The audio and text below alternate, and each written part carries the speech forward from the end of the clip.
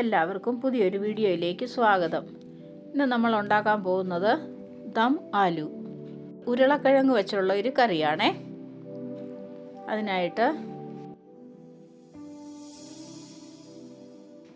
നമുക്ക് എന്തൊക്കെയാ സാധനങ്ങളെന്നൊന്ന് നോക്കാം. ഇവിടെ കുറച്ച് ഉരുളക്കിഴങ്ങ്, ചെറിയ ഉരുളക്കിഴങ്ങാണ് എടുക്കേണ്ടത്. ഈ വലിപ്പത്തിലുള്ള ഉരുളക്കിഴങ്ങ് എടുക്കണേ. 2 സവാള, 2 തക്കാളി, ഇച്ചിരി വെളുത്തുള്ളി, ഇഞ്ചിയും കൂടെ വേണം.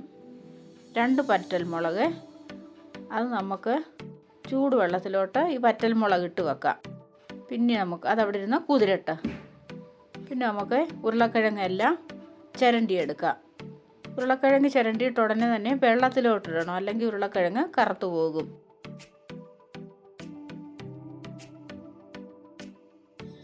ഉരുളക്കിഴങ്ങെല്ലാം ഇവിടെ ചിരണ്ടി ഒരു 2-3 പ്രാവശ്യം കഴുകി, മണ്ണൊക്കെ ഉള്ളതെല്ലാം പോകാനായിട്ട്. ഇച്ചിരി ഉപ്പിട്ട് കൊടുക്കുക നമുക്ക് ഈ വെള്ളത്തിലോട്ട്. ഉരുളക്കിഴങ്ങിലൊക്കെ അന്നേരം ഉപ്പ് പിടിക്കും.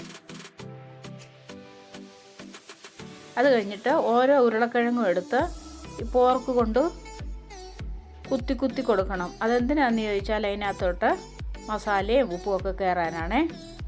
പിന്നെ ഒരു മിക്സിയുടെ ജാറിലോട്ട് നമ്മൾ എടുത്ത് വെച്ചിരിക്കുന്ന തക്കാളി അരിഞ്ഞിട്ട് കൊടുക്കുക. പിന്നെ നമ്മൾ കുതിർത്ത് വെച്ചില്ലേ മുളക്, അതും കൂടെ. ഇത് രണ്ടും കൂടെ നല്ലതുപോലെ പേസ്റ്റായി ആക്കാനാണ്.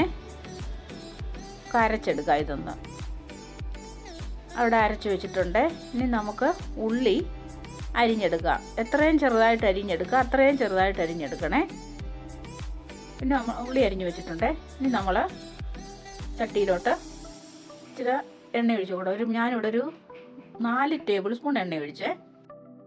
കാരണം ഈ ഉരുളക്കിഴങ്ങിനെ നമുക്ക് പകുതി വേവിച്ചെടുക്കണം, അതായത് ഫ്രൈ ചെയ്ത്, ഇതുപോലെ ഫ്രൈ ചെയ്ത് എടുക്കണം. ഇപ്പം ഉരുളക്കിഴങ്ങ് ഫ്രൈ ആയിട്ടുണ്ട്. നമുക്കിത് മാറ്റി വെക്കാം. ആ എണ്ണയിലോട്ട് തന്നെ നമുക്ക് ഒരു 1/2 ടീസ്പൂൺ ജീരകം ഇട്ട് കൊടുത്തേ. ജീരകം പൊട്ടി വന്നപ്പോൾ നമ്മൾ അരിഞ്ഞു വെച്ചിരിക്കുന്ന പൊടിയായിട്ടരിഞ്ഞ സവാള ഇട്ട് കൊടുക്കാം. സവാള വാടട്ടെ. സവാള നല്ല ഗോൾഡൻ കളറാകണം. സവാള എത്രയും വഴറ്റുന്നു അതനുസരിച്ചാണ് കറികൾക്ക് രുചി വരുന്നത്. ഇതിപ്പം നമ്മൾ കൊത്തി അരിഞ്ഞു വെച്ച വെളുത്തുള്ളി, ഒരു ചെറിയ കഷ്ണം ഇഞ്ചിയും കൂടെ, അതും കൂടെ അതിൻ്റെ അകത്തോട്ട് ഇട്ട് കൊടുത്തു. ഇത് മൂന്നും കൂടെ നല്ല ഗോൾഡൻ കളറാകുന്നത് വരെ ഒക്കെ ഇളക്കണം. തീയ് മീഡിയം ഇടണം, തീരെ കുറച്ചിടരുത്.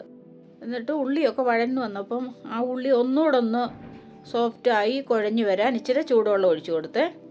ഇപ്പോൾ കണ്ടോ, നമ്മുടെ എണ്ണ തെളിഞ്ഞു വന്നു. എണ്ണ തെളിഞ്ഞു വന്നപ്പോൾ നമ്മൾ ആദ്യം തക്കാളിയും മുളകും കൂടെ അരച്ചില്ലേ, അതാണ് ഇപ്പോൾ ഒഴിച്ചു കൊടുത്തത്. ഇതും നല്ലതുപോലെ വഴന്നിട്ട് എണ്ണ തെളിഞ്ഞു വരണം. എണ്ണ തെളിഞ്ഞു വരുമ്പോൾ ഇതെല്ലാം വെന്തെന്നാണ് അതിൻ്റെ അർത്ഥം. കണ്ടോ, എണ്ണ തെളിഞ്ഞു വന്നേക്കുന്നുണ്ടോ. ഇനി നമ്മൾ ഒരു 1/2 ടീസ്പൂൺ മുളക് പൊടി, 1/2 ടീസ്പൂൺ മല്ലിപ്പൊടി, 1/4 ടീസ്പൂൺ മഞ്ഞൾപ്പൊടി, ആവശ്യത്തിന് ഉപ്പിട്ട് കൊടുക്കാം. ഉപ്പ് നമ്മൾ ഉരുളക്കിഴങ്ങ് പോർക്ക് കൊണ്ട് കുത്തി കുത്തി വെള്ളത്തിലിട്ടില്ലേ, അന്നേരം ഇച്ചിരി ഉപ്പിട്ടായിരുന്നേ. അതുകൊണ്ട് ഇപ്പോൾ കുറച്ച് നമുക്ക് ഉപ്പിടാം. ഇത് ഒരു 2 ടേബിൾ സ്പൂണ് തൈരെടുത്ത് ഉടച്ചതാണേ. അതും അങ്ങോട്ട് ഒഴിച്ചു വെക്കുക. ഈ തൈരൊക്കെ ഒഴിക്കുന്ന സമയത്ത് തീയ് ഏറ്റവും കുറച്ച് വെക്കണം, അല്ലെങ്കിൽ തൈര് പിരിഞ്ഞു പോകും. ഏറ്റവും കുറഞ്ഞ തീയിലിട്ടാണ് തൈര് നമുക്ക് ആക്കിയെടുക്കേണ്ടത്, വേവിച്ചെടുക്കണ്ടേ. ഇതും കുഴഞ്ഞ് എണ്ണ തെളിഞ്ഞ് വന്നപ്പം നമ്മൾ റെഡിയാക്കി വെച്ചിരിക്കുന്ന ഉരുളക്കിഴങ്ങോട്ട് ഇട്ട് കൊടുത്തേ. ഉരുളക്കിഴങ്ങയിലും മസാലയൊക്കെ ഒന്ന് പിടിക്കട്ടെ. നമുക്ക് ഇത് ഉരുളക്കിഴങ്ങും എല്ലാം വെന്ത് വരാൻ, ഉരുളക്കിഴങ്ങ് പകുതി വെന്തതാ. അഥവാ ഇച്ചിരി വേവ് കിടപ്പുണ്ടെങ്കിലും പിന്നെ നമ്മൾ ഗ്രേവിക്കും ആവശ്യമുള്ള 1 കപ്പ് വെള്ളം ഒഴിച്ചു കൊടുത്തേ. അതവിടെ കിടന്ന് വേകട്ടെ. അപ്പം നല്ലപോലെ തിളച്ച് വന്നു. നമുക്ക് ഇടയ്ക്കൊന്ന് ഇളക്കിയിട്ട് കൊടുക്കണേ. വീണ്ടും അടച്ചു വെക്കാം. മീഡിയം ഇട്ടിരിക്കുന്നത്. ഇടയ്ക്കൊക്കെ ഒന്ന് ഇളക്കി നോക്കണം.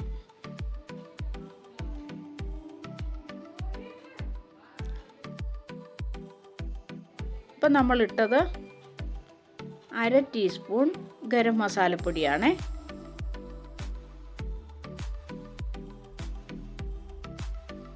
ഇപ്പം ഇച്ചിരി കുറവുണ്ട്. ഇപ്പം ഇച്ചിരി ഉപ്പും ഇട്ട് കൊടുത്ത്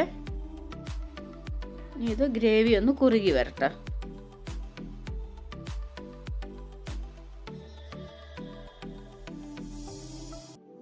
ഇത് ഒരു ശകലം കസൂരി മേത്തി, അതിൻ്റെ കൂടെ തന്നെ മല്ലിയില ഇട്ട് കൊടുത്തു.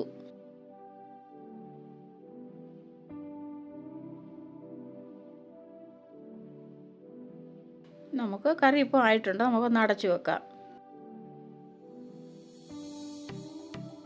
നമുക്കൊരു പാത്രത്തിലോട്ട് കോരിയെടുക്കാമേ. ചപ്പാത്തിക്ക് കഴിക്കാനാണ് ഏറ്റവും നല്ലത്. എല്ലാവരും ഇങ്ങനെ ഉണ്ടാക്കി നോക്കണേ. വീഡിയോ കണ്ടതിന് താങ്ക് യു.